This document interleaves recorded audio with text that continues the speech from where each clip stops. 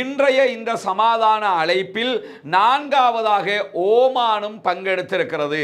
திடீரென ஓமான் இதற்குள் வந்ததற்கான காரணம் என்ன என்பது மிக முக்கியமான ஒரு கேள்வியாக இருக்கிற அதே நேரத்தில் இங்க நீங்க பார்க்க முடியும், இஸ்ரேலிய ஆக்கிரமிப்பு பயங்கரவாத ராணுவத்தினுடைய ஆளில்லா விமானத்தை இன்றைக்கு அவர்கள் கீழே எடுத்திருக்கிறார்கள். யாரையாவது பழிவாங்குவது என்று சொன்னால் இப்படியான கொடியை அவர்கள் உயர்த்தி விடுவார்கள், உயர்த்தினால் கண்டிப்பாக பழிதீர்க்க போகிறார்கள் என்று அர்த்தம். அந்த அடிப்படையில் ஹிஸ்புல்லாக்கள் இஸ்ரேலை பழிதீர்ப்பதற்காக கொடியை ஏந்தி இருக்கிறார்கள்.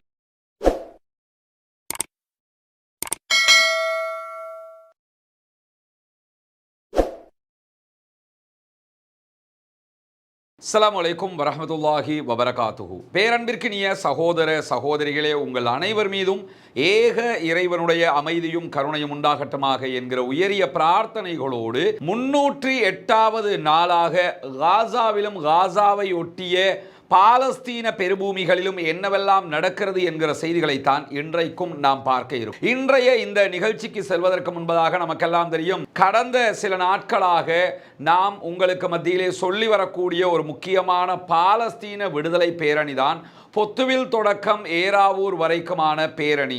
அதனுடைய சரியான நாட்களாக எதிர்வருகிற ஞாயிற்றுக்கிழமை பொத்துவிலில் இருந்து நாம் ஆரம்பிப்பதற்கான ஏற்பாடுகள் செய்யப்பட்டு கொண்டிருக்கக்கூடிய நேரத்தில் ஞாயிற்றுக்கிழமை ஆரம்பிப்பதற்கான அனுமதி இதுவரைக்கும் கிடைக்காத காரணத்தினால் ஞாயிற்றுக்கிழமை சரியாக இந்த பேரணி ஆரம்பிக்கப்படாது. எனவே அடுத்து எப்பொழுது ஆரம்பிக்கப்படும் என்பதை இன்ஷா அல்லாஹ் நாளைக்குள் நாம் உங்களுக்கு மத்தியிலே பகிர்ந்து கொள்ள இருக்கிறோம். அந்த பேரணியிலே கலந்து கொள்வதற்கு அனைவரும் தயாராகுங்கள் என்கிற உயரிய கோரிக்கைகளோடு இன்றைக்கு என்னவெல்லாம் நடக்கிறது காசாவுக்குள் என்பதைத்தான் நாம் பார்க்க இருக்கிறோம். குறிப்பாக மீண்டும் ஒரு சமாதானத்திற்கு அமெரிக்கா, எகிப்து, ஓமான், கத்தார் ஆகிய நாடுகள் இஸ்ரேலையும் பாலஸ்தீனத்தையும் அழைத்திருக்கின்றன. பாலஸ்தீனம் சார்பாக பாலஸ்தீனத்தினுடைய சுதந்திர போராட்ட அமைப்புகள் சார்பாக ஹமாஸ் இந்த பேச்சுவார்த்தைகளிலே கலந்து கொள்ள வேண்டும் என்று அமெரிக்கா கோரிக்கை விடுத்திருக்கக்கூடிய நேரத்தில் இந்த அமைதி பேச்சுவார்த்தைக்கு உடனடியாக பதிலளித்திருக்கிறது இஸ்ரேல். நாங்கள் வர தயார் என்பதை கூறி இருக்கிறது. ஆனால் இந்த நிமிடம் வரைக்கும் நம்முடைய வீடியோ இந்த இடத்தில் பேசப்படுகிற வரைக்கும் ஹமாஸ் தரப்பிலிருந்து எந்த ஒரு பதில்களும் அமெரிக்கா, எகிப்து, ஓமான், கத்தார் ஆகிய நாடுகளுக்கு இதுவரைக்கும் வழங்கப்படவில்லை. எது எப்படி போனாலும் அவர்கள் அதற்கு பதில் அளிப்பார்கள் என்பது நிச்சயமாக இருக்கிறது. முடியும் அல்லது முடியாது என்பதை கண்டிப்பாக சொல்லுவார்கள். ஆனால் இந்த இடத்தில் நாம் கவனிக்க வேண்டிய ஒரு முக்கியமான விவகாரம் என்னவென்று சொன்னால், இன்றைய இந்த சமாதான அழைப்பில் நான்காவதாக ஓமானும் பங்கெடுத்திருக்கிறது. திடீரென ஓமான் இதற்குள் வந்ததற்கான காரணம் என்ன என்பது மிக முக்கியமான ஒரு கேள்வியாக இருக்கிற அதே நேரத்தில் இந்த சமாதான பேச்சுக்களில் பங்கெடுக்கக்கூடிய ஒரு முக்கியஸ்தராக இருக்க போகிறார் தற்போதைய ஹமாஸினுடைய தலைவராக நியமிக்கப்பட்டிருக்கக்கூடிய யஹ்யா சின்வார் அவர்கள். யஹ்யா சின்வார் தற்போது எங்கே இருக்கிறார், இந்த நிகழ்வு எங்கே நடக்கப் போகிறது, அவர் எப்படி அதிலே பங்கெடுக்க போகிறார், எந்த வழியாக வரப்போகிறார், மீண்டும் எங்கே தங்கப் போகிறார் என்கிற 1000 கேள்விகள் நமக்கு முன்னால் இருக்கிற நிலையில் தான் இந்த அறிவிப்பு வந்திருக்கிறது. ஆனால் உடனடியாக இஸ்ரேல் ஒப்புக்கொண்டிருந்தாலும் ஹமாஸ் ஒப்புக்கொள்ளவில்லை. பொறுத்திருந்துதான் பார்க்க வேண்டும் எப்படியான முடிவுகள் இதிலே வர இருக்கிறது என்று. எது எப்படி போனாலும் 308 நாட்களை நாம் அடைந்திருக்கிறோம். 40,000க்கு மேற்பட்ட அப்பாவிகள் கொல்லப்பட்டிருக்கிறார்கள், ஷஹீதாகி இருக்கிறார்கள். கிட்டத்தட்ட 92,000க்கு மேற்பட்டவர்கள் படுகாயங்களை அடைந்து நிரந்தர ஊனமுற்றவர்களாக மாறி இருக்கிறார்கள்.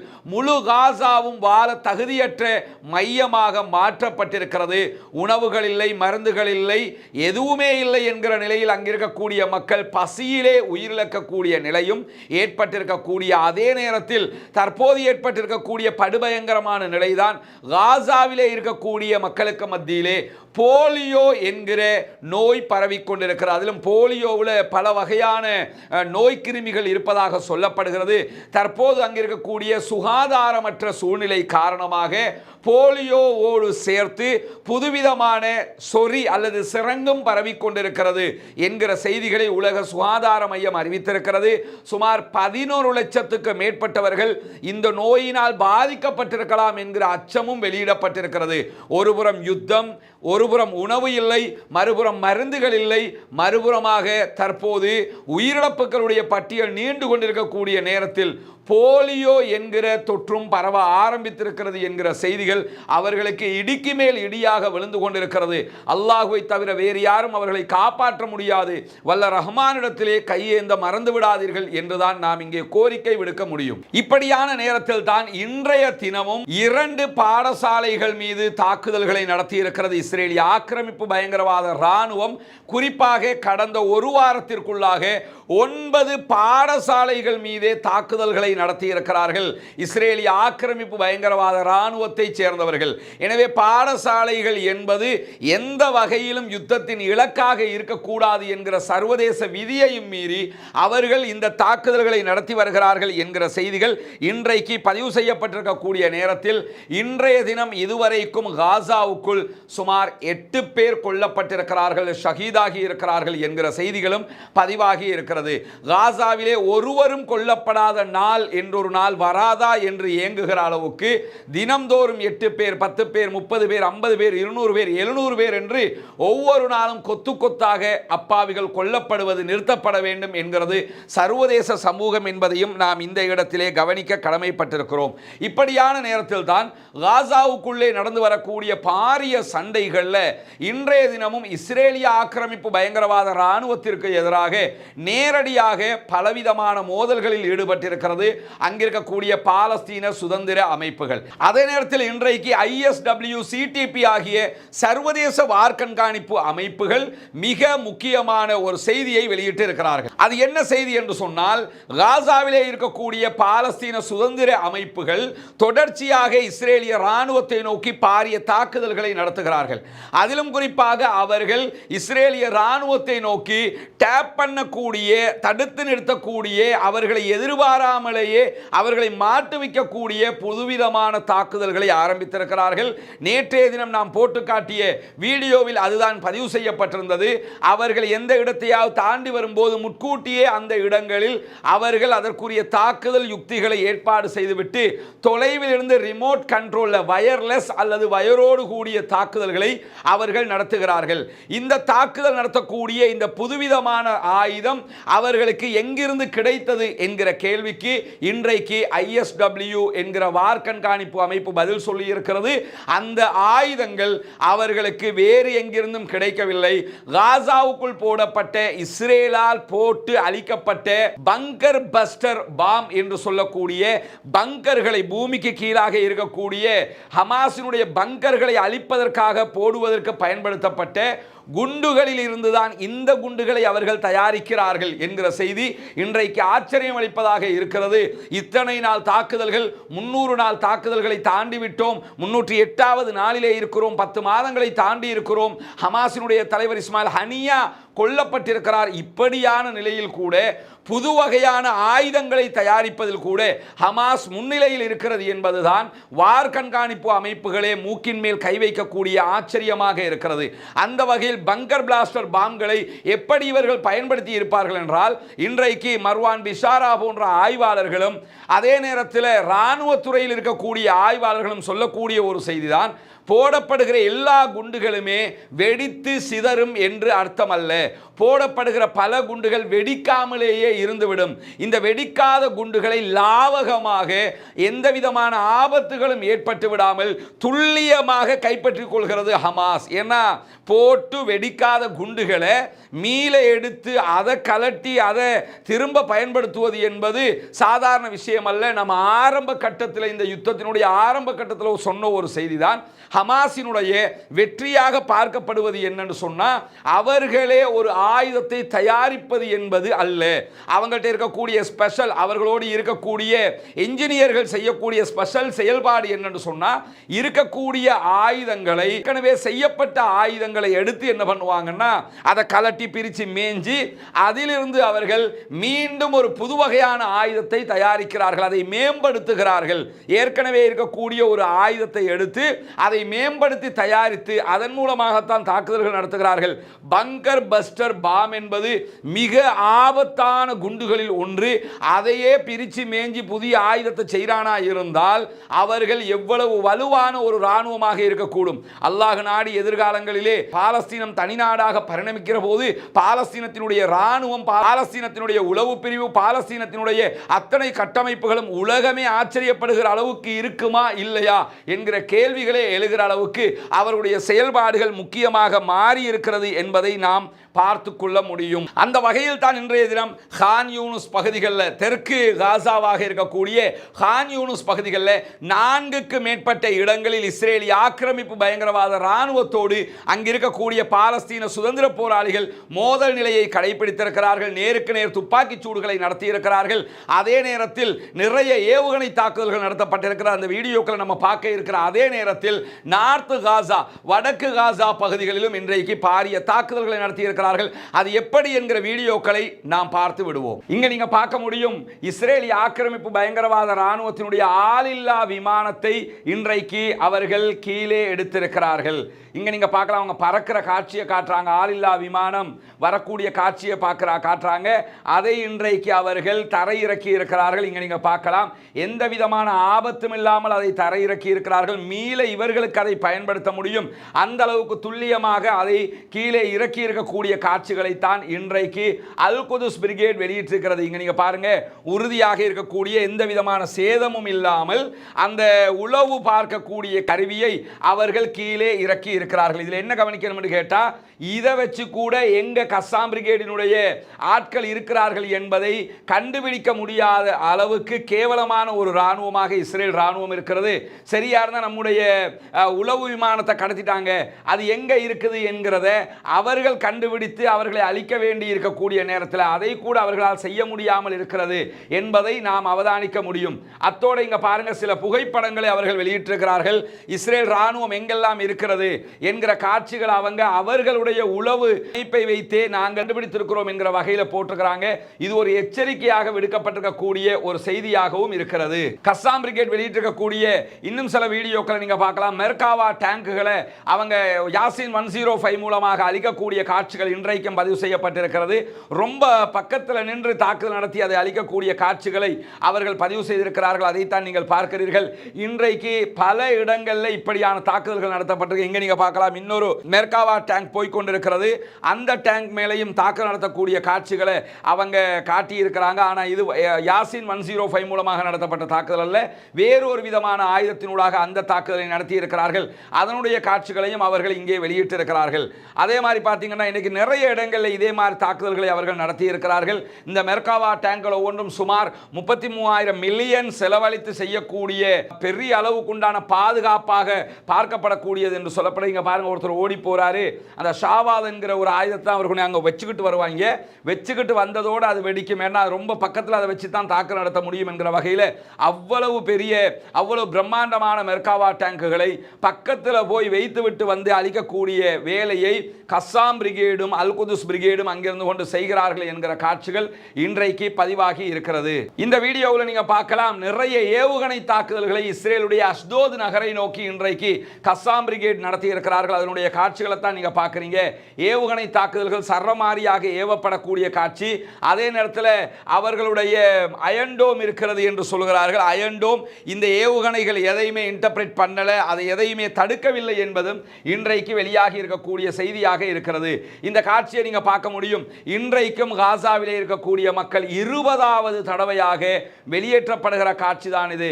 மீண்டும் வடக்கு காசாவிலிருந்து தெற்கு காசாவுக்கு அவர்களுடைய இருக்கிற பொருட்களை எடுத்துக்கொண்டு அகதிகளாக வெளியேறுகிற அகோர காட்சியை தான் நீங்கள் பார்க்கிறீர்கள். பார்த்து சகிக்க முடியாத அளவுக்குண்டான காட்சிகள் இதிலே பதிவாகி இருக்கிறது. அந்த அளவுக்குண்டான ஒரு பயங்கரமான நிலையை அது தோற்றுவித்திருக்கிற. இங்க பாருங்க, ஒவ்வொரு நாளும் நம்ம எல்லாம் தொழுகையை முடித்துவிட்டு வெள்ளிக்கிழமை நாட்களில் நிம்மதியாக உண்டு கழித்து விட்டு இருக்கக்கூடிய நேரத்தில் அவர்களால் நிம்மதியாக இருக்க முடியாத ஒரு நிலையாக இருக்கிறது. முழு நாடும் அளிக்கப்பட்டிருக்கிறது. மனிதர்களை வாழ தகுதியற்ற இடங்களில் மாட்டிக்கொண்டு தவித்துக் கொண்டிருக்கிறார்கள் இந்த சமுதாயம் என்பதை நாம் கவனிக்க கடமைப்பட்டிருக்கிறோம். அதே மாதிரி இன்றைக்கு கஸ்ஸாம் பிரிகேட் வெளியிட்டிருக்கக்கூடிய ஒரு வீடியோ பாருங்க. மிகப்பெரிய ஒரு உளவு விமானத்தை இன்றைக்கு கீழே இறக்கி இருக்கிறார்கள்.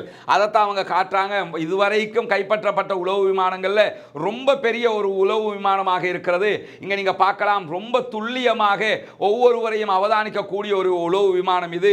முழுவதுமாக கேமரா ஃபிக்ஸ் பண்ணப்பட்ட ஒரு விமானமாக இருக்கிறது. அந்த விமானத்தை இன்றைக்கு துல்லியமாக தரையிறக்கி இருக்கிறார்கள். மிகப்பெரிய ஆச்சரியத்தை கொடுத்திருக்கிறார்கள். இஸ்ரேலிய ஆக்கிரமிப்பு பயங்கரவாத இராணுவத்திற்கு இவ்வளவு துல்லியமான ஆயுதங்களை அவர்கள் கைப்பற்றி கொண்டிருக்கிறார்கள் என்கிற காட்சிகளோடு இன்றைக்கு இப்படியான ஒன்றையும் கைப்பற்றி இருக்கிறார்கள் என்பதையும் அவர்கள் விவரிக்கக்கூடிய காட்சியை நீங்கள் பார்க்க முடியும். நிலைமை இப்படி இருக்கும் போது இன்றைக்கு என்ன நடக்கிறது ஹிஸ்புல்லாக்களுக்கும் இஸ்ரேலுக்கும் இடையிலே என்கிற செய்திகள் மிக முக்கியமாக இருக்கிறது. அதிலே மிக முக்கியமான செய்தியாக இன்றைக்கு வெளியாகி இருக்கக்கூடிய செய்திதான், இன்றைய தினம் இவ்வளவு நாட்களாக இஸ்ரேல் மீது தாக்குதல் நடத்தக்கூடிய ஹிஸ்புல்லாக்கள் தொடர்ந்து சொல்லி வந்த செய்திதான், எங்களுடைய தாக்குதல் பதிலடி தாக்குதல்கள் அல்ல, வளமையான தாக்குதல்களைத்தான் நாங்கள் செய்து வருகிறோம் என்று சொல்லி வந்தவர்கள் தற்போது இஸ்ரேலுக்கு பதிலடி கொடுக்க இருக்கிறோம் என்பதை அறிவித்து விட்டார்கள். அதற்கான பழிவாங்கும் கொடியை இன்றைக்கு அவர்களும் ஏற்றி விட்டார்கள் என்கிற செய்திகள் வெளியாகி இருக்கிறது. அல் ஜசீரா வெளியிட்டிருக்கக்கூடிய ஒரு முக்கியமான செய்தியாக இன்றைக்கு இந்த செய்தி பார்க்கப்படுகிறது. இதில் நீங்க பார்க்கலாம், பழிவாங்குதலுக்குரிய அவர்களுடைய கொடியை அவர்கள் உயர்த்தி இருக்கிறார்கள். பாரம்பரியமாக இப்படி ஒரு செயல்பாட்டை ஈரானும் ஹிஸ்புல்லாக்களும் செய்து வருகிறார்கள். யாரையாவது பழிவாங்குவது என்று சொன்னால் இப்படியான கொடியை அவர்கள் உயர்த்தி விடுவார்கள். உயர்த்தினால் கண்டிப்பாக பழிதீர்க்க போகிறார்கள் என்று அர்த்தம். அந்த அடிப்படையில் ஹிஸ்புல்லாக்கள் இஸ்ரேலை பழிதீர்ப்பதற்காக கொடியை ஏந்தி இருக்கிறார்கள். எனவே ஹிஸ்புல்லாக்கள் அடுத்த கட்ட யுத்தத்திற்கு நகரப் போகிறார்கள் என்பது திட்ட தெளிவாக தெரிகிறது என்கிற செய்திகளுக்கு மத்தியிலே இன்றைக்கும் 2 கப்பல்கள் மீது தாக்குதல்களை நடத்தியிருக்கிறது. ஹூதிகளுடைய படைப்பிரிவு யெமன்ல இருந்து 150 கடல் மைல் தூரத்தில் நடத்தப்பட்ட தாக்குதல்களை 2 கப்பல்கள் மீது தாக்குதல்கள் நடத்தப்பட்டிருக்கிறது. ஆனால் யாருக்கும் உயிரிழப்புகள் ஏற்படவில்லை என்று சொல்லி அமெரிக்காவை தளமாக கொண்டிருக்கக்கூடிய கடல் பாதுகாப்பு அமைப்பும் இன்றைக்கு அதை உறுதிப்படுத்தி இருக்கிறது. எனவே இன்றைக்கும் அவர்கள் இஸ்ரேலுக்கு எதிராக செங்கடலிலே இப்படியான 2 தாக்குதல்களை நடத்தி இருக்கிறார்கள் என்கிற செய்திகள் மிக முக்கியமான செய்திகளாக பதிவாகி இருக்கிறது. இந்த செய்திகளுக்கு மத்தியிலே தான் இன்றைக்கு ஹிஸ்புல்லாக்களுடைய தாக்குதல் வீடியோக்கள் வெளியாகி இருக்கிறது. இன்றைக்கு பல இடங்களில் சரமாரி தாக்குதல்களை நடத்தி இருக்கிறது ஹிஸ்புல்லாக்களுடைய படைப்பிரிவு.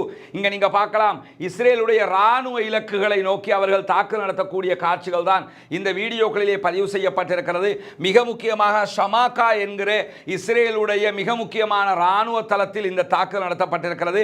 அவர்களுடைய ராணுவ பலத்தை குறைப்பது, ராணுவ ரீதியிலான தாக்குதல்களை நடத்துவதுதான் மிக முக்கியமாக அவர்கள் செய்து வரக்கூடிய ஒரு பணியாக இருக்கு. இங்க நீங்க பார்க்கலாம், அது ஒரு பாரிய தாக்குதலாக அந்த தாக்குதலை அவர்கள் நடத்தி இருப்பது இதிலே பதிவாகி இருக்கிறது. அதே மாதிரி இங்க நீங்க பார்க்கலாம், இஸ்ரேலிய ஆக்கிரமிப்பு பயங்கரவாத ராணுவத்தினுடைய உளவு பார்க்கக்கூடிய கருவியை அட்டாக் செய்கிறார்கள். அதிலும் குறிப்பாக ட்ரோன உளவு பார்க்கக்கூடிய ஒரு கருவியாக இது சொல்லப்படுகிறது. இந்த ட்ரோன உளவு பார்க்கக்கூடிய கருவியையே ரொம்ப துல்லியமாக தாக்கி அளிக்கிற வேலையை ஹிஸ்புல்லாக்கள் செய்திருக்கிறார்கள். அதனுடைய காட்சியை தான் இன்றைக்கு வெளியிட்டிருக்கிறார்கள். இன்றைய தினம் நடத்தப்பட்ட தாக்குதல்களுடைய பட்டியல் நீண்ட பட்டியலாக இருக்கிறது. நிறைய ராணுவ இலக்குகள் மீது ஹிஸ்புல்லாக்கள் இன்றைக்கு தாக்குதல் நடத்தி இருப்பதை நாம் அவதானிக்க முடியும். அந்த அடிப்படையில் நடத்தப்பட்ட தாக்குதலுடைய காட்சிகளை தான் இங்கேயும் நீங்கள் பார்க்கிறீர்கள். அதே மாதிரி இன்றைக்கு அவர்கள் நடத்தி இருக்கக்கூடிய இன்னும் ஒரு முக்கியமான ஏவுகணை தாக்குதலுடைய காட்சியை தான் அவங்க வெளியிட்டிருக்கிறாங்க. இங்க நம்ம பார்த்தோம்னு சொன்னா இந்த ஆயுதங்கள் பலவற்றை உங்களுக்கு மறைத்து தான் காட்ட வேண்டி வரும். ஏன்னா மொத்தமாக நமக்கு காட்ட முடியாது. ஆனா இங்க எவ்வளவு பாரிய தாக்குதல்களை நடத்துகிறார்கள் என்பதை நீங்கள் அவதானிக்க முடியும். இங்க பாருங்க, புர்கான் ஏவுகணை தாக்குதல்கள் என்று சொல்லப்படுகிறது. மிக முக்கியமான படு பயங்கரமான ஏவுகணை தாக்குதலாக இது காட்சிப்படுத்தப்படுகிறது. இந்த இடத்துல நீங்க பார்க்கலாம், ஏவுகணைகள் மலை போன்று சரமாரியாக வீசப்படுகிற காட்சிகள் தான் இங்கே பதிவாகி இருக்கிறது. இன்றைக்கு இவ்வளவு தாக்குதல் நடத்திவிட்டு இதுக்கும் பதிலடி தாக்குதல், பதிலடி இனிமே தான் கொடியேற்றிருக்கிறாங்கன்னு சொன்னா இது எவ்வளவு பெரிய தாக்குதலாக இருக்கும் என்பதை அவதானியங்கள். இங்க நீங்க பார்க்கலாம், அடுத்த தாக்குதல்கள் எப்படி நடத்துகிறார்கள் என்பதை இந்த இடத்துல அவங்க காட்டுறாங்க. இதெல்லாம் மறைச்சு தான் காட்டுவாங்க பொதுவாகவே. என்னடா இது எந்த இடம் என்பதை அடையாளம் காணாமல் இருப்பதற்காகத்தான் இந்த மாதிரியான காரியங்களை செய்வாங்க. அந்த அடிப்படையில் ஏவுகணைகள் ஏவப்படுகிற காட்சிகளை தான் நீங்கள் இதிலே பார்க்கிறீர்கள். அதே மாதிரி இங்கே நீங்கள் பார்க்கலாம், அடுத்த தாக்குதல்கள் நடத்தப்படுகிற காட்சிகளும் இதிலே பதிவாகி இருக்கிறது. இப்படி துல்லியமான பலவிதமான தாக்குதல்களை இன்றைக்கும் இஸ்ரேலிய ஆக்கிரமிப்பு பயங்கரவாத இராணுவத்தின் மீது தொடர்ச்சியாக நடத்தி கொண்டிருக்கிறது. அங்கிருக்கக்கூடிய ஹிஸ்புல்லாக்களுடைய படைப்பிரிவு என்கிற செய்திகள் வீடியோக்களோடு வெளியிடப்பட்டிருக்கிறது. இங்க நீங்க பார்க்கலாம், அவர்கள் நடத்திய தாக்குதல்களில் எப்படியான அழிவுகள் ஏற்பட்டிருக்கிறது என்பதுதான் இங்கே காட்சிப்படுத்தப்படுகிறது. இஸ்ரேல் பற்றி எறியக்கூடிய காட்சிகள், இஸ்ரேலுடைய பல பகுதிகள் இதிலே தாக்குதலுக்குள்ளாகி இருக்கக்கூடிய காட்சிகள், அதை அணைப்பதற்கு அவர்கள் தடுமாறும் காட்சிகள் அதிலே பதிவு செய்யப்பட்டிருக்கிறது. காட்டுகிற அதே நேரத்தில் இன்னும் ஒரு தாக்குதல் இங்கே பதிவாகி இருக்கிறது. இங்கே நீங்கள் பார்க்கலாம், அவர்களுடைய இராணுவ தளங்களை நோக்கி பாரிய தாக்குதல்கள், சாதாரண தாக்குதல்கள் அல்ல, பாரிய தாக்குதல்களை அவர்கள் தொடர்ந்து நடத்துகிறார்கள். ஒரே நேரத்தில் ஏகப்பட்ட தாக்குதல்கள் அவர்களுடைய இராணுவ தளங்களை நோக்கி நடத்தப்படுகிற காட்சிகளை தான் இங்கே காட்டியிருக்கிறார்கள். இது ஒரு முக்கியமான இடம் ஒன்றில் நின்றுக்கிட்டு தாக்குதல் நடத்துகிற மாதிரி அவங்க, அதாவது பெரிய வகையான ஏவுகணை தாக்குதல்களை, அதாவது ஆர்ட்டிலரி தாக்குதல்களை நடத்துவது விதமான காட்சிகளை அவர்கள் பதிவு செய்திருக்கிறார்கள். இதில் நீங்கள் பார்க்கலாம், ரகீப் தளத்தின் மீது தான் தாக்குதல்கள் நடத்தப்பட்டு கொண்டிருக்கிறது. அதே நேரத்தில் அந்த தாக்குதல்களை எவ்வளவு துல்லியமாக அவர்கள் நடத்துகிறார்கள் என்பதும் பதிவு செய்யப்பட்டிருக்கிறது. அதே நேரம் தாக்குதல்கள் போய் தாக்கப்படுகிற காட்சிகளையும் வெளியிட்டிருக்கிறாங்க. இங்கே நீங்கள் பார்க்கலாம், சரியாக அவர்களுடைய இராணுவ தளங்கள் போய் ஒரு இடத்திற்கு 2 இடமாக மாறி மாறி கரெக்டாக துல்லியமாக தாக்குதலுக்கு உள்ளாகிறது. ஹிஸ்புல்லாக்கள் பாலஸ்தீனத்திற்கு ஆதரவாக இஸ்ரேலுக்கு எதிராக தொடர்ந்தேர்ச்சியான தாக்குதல்களை இஸ்ரேல் மீது நடத்தப்படுகிற காட்சிகளை தான் இங்கே வெளியிட்டிருக்கிறார். இங்கே நீங்கள் பார்க்கலாம், சரமாரியான ஏவுகணை தாக்குதல்கள் நடத்தப்படுகிற அந்த ஏவுகணை எவ்வளவு பயங்கரமான தாக்குதலாக வெடிக்கிறது என்பதை நீங்கள் பார்க்க முடியும். அவ்வளவு கடுமையான ஒரு தாக்குதல், ஜூம் பண்ணியே காட்டுறாங்க பாருங்க, அவ்வளவு கடுமையான ஒரு தாக்குதலாக அந்த தாக்குதல் பதிவு செய்யப்பட்டிருக்கிறது. இது இஸ்ரேலிய பகுதிகளுக்குள்ளேயே நேரடியாக நடத்தப்படக்கூடிய தாக்குதல்களாக இன்றைக்கு பதிவாகி இருக்கக்கூடிய காட்சிகளை நாம் காண முடியும். நிலைமை இப்படி இருக்கிற நேரத்தில் நமக்கெல்லாம் தெரியும், ஈரானுக்கும் இஸ்ரேலுக்கும் இடையிலான யுத்தம் என்றொன்று ஏற்பட போகிறது என்பதை தொடர்ந்து நம்ம பார்த்து வர்றோம். ஆனால் அது எப்பொழுது ஏற்படும், எப்படி ஏற்படும், இஸ்ரேலை எப்படி பழிவாங்க போகிறது ஈரான் என்கிற கேள்விகளுக்கு மத்தியில் இன்றைய தினம் IRGC என்கிற ஈரானுடைய மிக முக்கியமான பாதுகாப்பு பிரிவுக்கு வழங்கப்பட்டிருக்கக்கூடிய புதிய வகை ஆயுதங்களுடைய காட்சிகள் வெளியாகி ரொம்ப வேகமாக ஓடக்கூடிய வீடியோ இது. நீங்க பார்க்கலாம், நிறைய ட்ரோன்கள், நிறைய பாலிஸ்டிக் ஏவுகணைகள், இப்படி படுபயங்கரமான ஆயுதங்கள் எல்லாம் இன்றைக்கு அவர்களுடைய IRGCக்கு கிட்டத்தட்ட இந்த ஆயுதங்கள் 2800க்கும் மேற்பட்ட புதிய வகை ஆயுதங்களை IRGC அரசாங்கம் வழங்கி இருக்கிறது என்கிற செய்திகள் வெளியாகி இருக்கிறது. ஈரானுடைய மிக முக்கியமான படைப்பிரிவு IRGC அவர்களுக்கு வழங்கப்பட்டிருக்கக்கூடிய ட்ரோன்கள் மற்ற ஆயுதங்களை தான் நீங்க பார்க்குறீங்க. இது இந்த யுத்தத்திற்கு ஈரான் தயாராகி கொண்டு இருக்கிறது என்பதை காட்டும் விதமாக இன்றைக்கு அவர்கள் வெளியிட்டிருக்கக்கூடிய வீடியோவாக இருக்கிறது. பிரஸ் டிவி இந்த வீடியோ வெளியிட்டிருக்கிறாங்க. இங்கே நீங்கள் பார்க்கலாம், பிரஸ் டிவியை அவங்களுடைய லோகோவை போட்டு தான் இந்த வீடியோ வெளியிட்டிருக்கிறார்கள். இவ்வளவு ஆயுதங்கள் இன்றைக்கு எங்களுக்கு அரசாங்கம் சார்பாக புதிதாக ஆல்ரெடி இருக்கிற ஆயுதங்களை தாண்டி புதிதாக வழங்கப்பட்டிருக்கக்கூடிய ஆயுதங்கள் என்று சொல்லப்படுகிறது. என்ன வகையான ஆயுதம் இதெல்லாம் நமக்கு தெரியல. ஆனால் ஆயுதங்கள்ங்கிறது மட்டும் பார்க்கும்போது தெரிகிறது, இராணுவம் சார்ந்தவங்களுக்கு தான் அதுவெல்லாம் தெரியும். நமக்கு அது பற்றிய அந்த நாலேஜுகள் கிடையாதுங்கிறதுனால அந்த ஆயுதங்கள் எப்படி என்னங்கிறது நமக்கு தெரியல. பார்த்தா ஆயுதங்கள் கொடுக்கப்பட்டிருக்கு, இதெல்லாம் அந்த ட்ரோன்கள் என்பது மட்டும் தெளிவாக தெரிகிறது. இப்படி பலவிதமான ஆயுதங்களும் தங்களுக்கு 2800க்கும் மேற்பட்ட வகையான ஆயுதங்கள் கிடைத்திருப்பதாக IRGC அறிவித்திருக்கிறது. என்ன நடக்கிறது என்பதை பொறுத்திருந்துதான் பார்க்க வேண்டும். இன்றைக்கு நடந்த சம்பவங்களுடைய செய்தி சுருக்கத்தை தான் நாம் இங்கே பார்த்திருக்கிறோம். பாலஸ்தீனம் சுதந்திரம் அடைய வேண்டும், பாலஸ்தீனம் வெற்றி பெற வேண்டும், பாலஸ்தீன மக்களுடைய முயற்சிகள் கைகூட வேண்டும் என்று அந்த மக்களுக்காக அல்லாஹ்விடத்திலே இருகரம் ஏந்தி பிரார்த்திக்க மறந்து விடாதீர்கள். ஒவ்வொரு தொழுகைகளிலும் குனூத்துன் நாசிலாவை ஓத மறந்து விடாதீர்கள் என்கிற கோரிக்கைகளோடு பாலஸ்தீன மக்களுக்கான ஜனநாயக போராட்டமாக இருக்கக்கூடிய பொத்துவில் முதல் ஏராவூர் வரையான பேரணி இன்ஷா அல்லாஹ் விரைவிலேயே நடைபெற இருக்கிறது. அந்த டேட்ல அனுமதி, பாதுகாப்பு துறையினுடைய அனுமதிக்காகத்தான் நம்ம காத்துக்கிட்டு இருக்கிறோம். எல்லாத்துக்கும் மேலே உங்களுக்கு தெரியும், இலங்கையில் ஜனாதிபதி தேர்தல் அறிவிக்கப்பட்டிருக்கிறது. தேர்தலுடைய நாமினேஷன் தாக்கல் பண்ணுகிற அந்த காரியங்கள் எல்லாம் முன்னெடுக்கப்பட்டு வருகிற நேரத்தில் இப்போ நாட்டுக்குள்ள பாதுகாப்பு ஏற்பாடுகள் என்பது போலீசாருடைய கைகளில் மட்டும் அதிகாரங்கள் இல்லாமல் தேர்தல் கமிஷனுடைய கைகளிலும் அதிகாரங்கள் இருக்கிற காரணத்தினால 2 தரப்போடும் பேசித்தான் இந்த பேரணிக்கான அனுமதியை நாம் பெற வேண்டி இருக்கிற காரணத்தினால தான் கொஞ்சம் தாமதம் அடைகிறது. எனவே நாம் ஏற்கனவே சொன்னதை போல ஞாயிற்றுக்கிழமையிலிருந்து அந்த பேரணியை ஆரம்பிப்பதற்கான வாய்ப்புகள் குறைவாக இருக்கிற அதே நேரம் இன்ஷா அல்லாஹ் நாளைய தினம் சரியாக எப்பொழுது நாம் அதை ஆரம்பிக்க போகிறோம் என்பதை துல்லியமாக உங்களுக்கு தெரிவித்து விடுவோம். இந்த பேரணியை பொறுத்தவரையில் நாம் பாலஸ்தீன மக்களுக்காக செய்யக்கூடிய மிக முக்கியமான பேரணி. இதிலே அனைவரும் கலந்து கொள்ளுங்கள் என்கிற அறிவிப்பை ஏற்கனவே நாம் விடுத்திருக்கிறோம். எனவே கட்சி பேதங்களை மறந்து இந்த பேரணியில் நாம் பங்கெடுக்க கடமைப்பட்டிருக்கிறோம். பொறுத்திருங்கள், இன்ஷா அல்லாஹ் நாளைய தினம் அந்த தேதியை நாம் உங்களுக்கு மத்தியிலே உறுதிப்படுத்துவோம் என்கிற செய்திகளோடு ஒரு முக்கியமான கோரிக்கையை உங்களுக்கு மத்தியிலே வைக்கும் விதமாக இந்த வீடியோவையும் நாம் உங்களுக்கு மத்தியிலே பகிர்கிறோம். குறிப்பாக சமூக வலைதளங்களில் பார்த்திருப்பீங்க, குழந்தை அஸ்னிதா என்கிற குழந்தையை பொறுத்தவரையில் சிறு வயதில் இருந்தே அவர்களுடைய காது கேட்காத காரணத்தினால அவர்களால் பேச முடியாமல் இருக்கிறது. எனவே அவர்களுக்கு பேசுவதற்கான ஏற்பாட்டை செய்வதற்கான ஒரு மிக பெரிய பாரிய ஆப்ரேஷன் செய்ய வேண்டிய தேவை அவர்களுக்கு ஏற்பட்டிருக்கிறது. அவருடைய தகப்பனாரும் அவருடைய குடும்பமும் பொருளாதார ரீதியாக பின்புலம் இல்லாத, அதே நேரத்தில் பாரிய பொருளாதார சிக்கலில் இருக்கக்கூடிய சகோதரர்கள், அதிலும் குறிப்பாக யாரிடத்திலும் தங்களுடைய வாழ்வாதாரத்திற்காக எப்பொழுதும் கையேந்தாத, சுய கௌரவத்தோடு தன்னுடைய வாழ்க்கையை கடத்திய ஒரு அன்பு சகோதரர். அப்படி இருக்கிற நேரத்தில் இறைவனுடைய நாட்டம் அவருக்கு இப்படி ஒரு சோதனை ஏற்பட்டிருக்கிறது. அந்த சோதனை காரணமாகத்தான் தற்போது உங்களை நாடி வந்திருக்கிறார்கள்.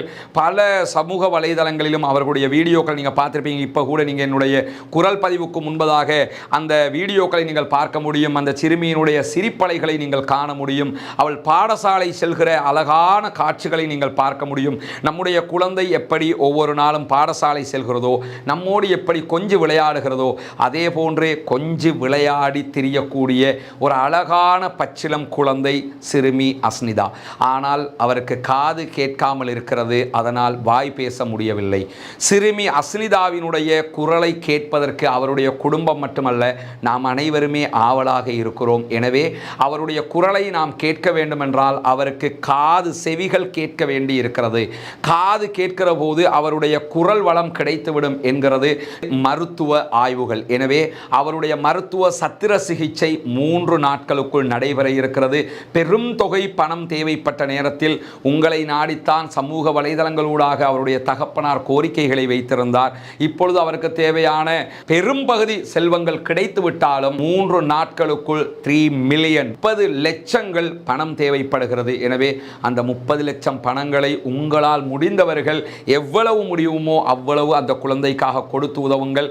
முன்னால் காட்சிப்படுத்தப்படக்கூடிய அவர்களுடைய வங்கி கணக்கிலக்கத்திற்கே நீங்கள் தொடர்பு கொண்டு உங்களால் முடிந்த உதவிகளை செய்ய முடியும். தாராளமாக நம்பி அவர்களுக்காக நீங்கள் வழங்க முடியும். இதிலே எந்த விதமான மோசடிகளும் இல்லை என்பதற்கு என்னால் முடிந்த உத்தரவாதத்தை நான் உங்களுக்கு தர முடியும். எனவே குழந்தை அஸ்னிதாவுக்கு குரல் வளம் கிடைக்கவும் அவருடைய காது கேளாமை நிவர்த்திக்கவும் மிக முக்கியமாக நடத்தப்பட இருக்கிற இந்த சத்திர சிகிச்சைக்கு தேவையான 30 லட்சங்கள் 3 நாட்களுக்குள் தேவைப்படுகிறது. முடிந்தவர்கள் 10,000 ரூபாய், 20,000 ரூபாய், 25,000 ரூபாய், 7 லட்சம் ரூபாய், 10 லட்சத்தை கொடுக்க முடியுமா? வாரி கொடுங்க.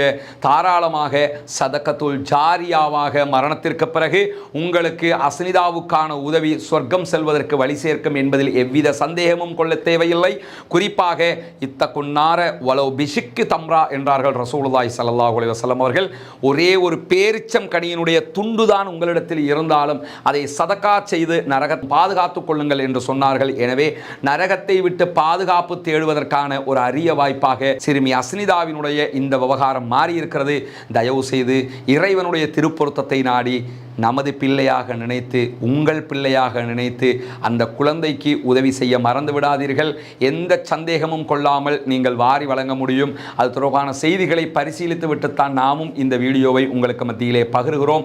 எனவே தாராளமாக அந்த பிள்ளைக்காக வாரி வழங்குங்கள். வல்ல ரஹ்மான் என்னை போன்று, உங்களை போன்று, நம்மை போன்று, நம்முடைய குழந்தைகளை போன்று சிரித்து விளையாடி பேசி மகிழ்கிற வாய்ப்பை அந்த குழந்தைக்கும் கொடுப்பான், கொடுக்க வேண்டும் என்கிற பிரார்த்தனை தான் எங்களுக்கு முன்னால் இருக்கிறது. வல்ல ரஹ்மான் அந்த குழந்தைக்கு அருள் புரிவானாக.